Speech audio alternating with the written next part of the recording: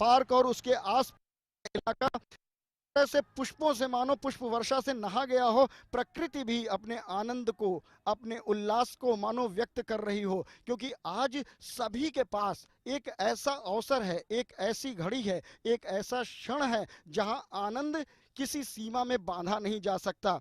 जाकी रही भावना जैसी, प्रभु मूरत देखी तिन तैसी। अपने आराध्य को, अपने राम जी को, अपनी जानकी मैया को, अपने लखन लाल को और उनके साथ भरत लाल, शत्रुघ्न लाल, गुरु वशिष्ठ समेत पूरे राज परिवार को देखकर अवधपुर पूरा आनंदित है।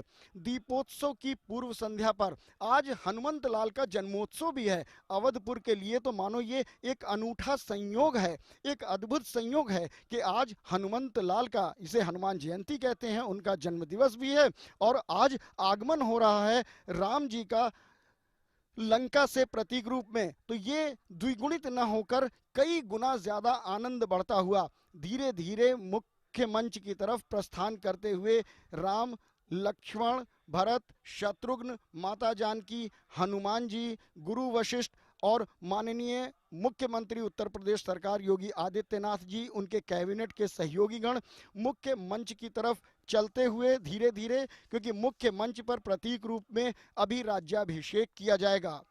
राम सिर्फ एक नाम नहीं है, राम सिर्फ एक आराध्य भर नहीं है, एक इष्ट भर नहीं है, बल्कि भगवान राम एक आदर्श हैं, एक ऐसे आदर्श जिनका अनुकरण किया जाता है। जब परिस्थितियां प्रतिकूल हों और आपके पास चयन का विकल्प हो, तो आपको कैसा आदर्श प्रस्तुत करना है, ये राम कह कर नहीं बताते, ये राम करके बताते हैं।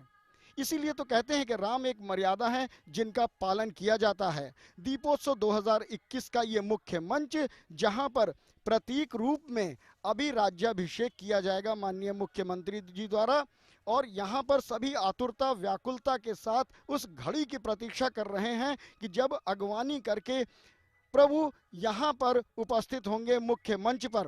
प्रतीक्षा की घड़ियां काटे नहीं कटती हैं, गुंजित और गुंजायमान है चारों तरफ प्रभु श्री राम का वो उद्घोष, वो जय घोष, जहां से ये पूरी अयोध्या का कण कण राममय है, जन जन में यहाँ राम है। कहते हैं इस पुरी में आने के बाद आपके समस्त दुखों का हरण हो जाता है, और सत्य यही है कि यहाँ आने के बाद कोई दुख शेष नहीं रहता, क्योंकि आनंद ही आनंद चारों ओर बिखरा है।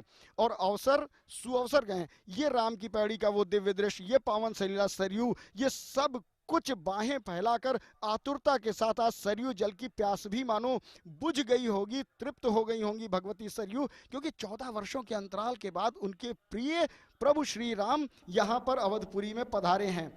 रंगीन आप देख रहे होंगे पुष्पों के साथ सजी धजी हुई सरयू नदी का वो किनारा, जहां पर भगवती सरयू की आरती होनी है, वहां पुल पर एक अच्छा सुंदर दृश्य प्रस्तुत होता हुआ करते, जो मोहित नहीं करते, जो अपनी ओर खींच लेते हैं, आत्मसात कर लेते हैं, बसा लेते हैं। यही वो छवि है जो जन्म जन्मांतर के पापों को आपके समाप्त कर देती है। इन्हीं रामलला को देखने की ललक लिए हुए कितने लोग यहाँ पर आते हैं, और राम नाम का एक ऐसा अमोघ। तो रामनगरी अयोध्या से आप सीधा प्रसारण देख रहे थे। दीपोत्सव कार्यक्रम की विशेष तैयारी की गई है, और 14 वर्ष के वनवास के बाद भगवान श्री राम जब वापस लौटे, ऐसी तैयारी की गई। उसके साथ साथ फूलों की वर्षा भी की जा रही है हेलीकॉप्टर के माध्यम से। इसके साथ साथ पूरे अयोध्या में 12 लाख से अधिक मिट्टी के दिए जलाए जाएंगे। 9 लाख दिए राम की पौड़ी में जलेंगे, इसके बाद जो बाकी जो दिए हैं वो पूरे शहर में जलाए जाएंगे। तो यानी कि एक विशेष कार्यक्रम दीपावली त्योहार को लेकर। तो खबरों में अभी बस इतना ही। नमस्कार।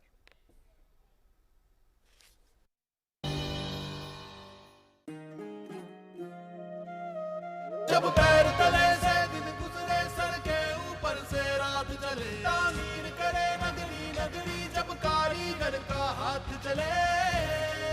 वंडर सीमेंट, जब दिल में हो जज्बात तभी होती है एक परफेक्ट शुरुआत।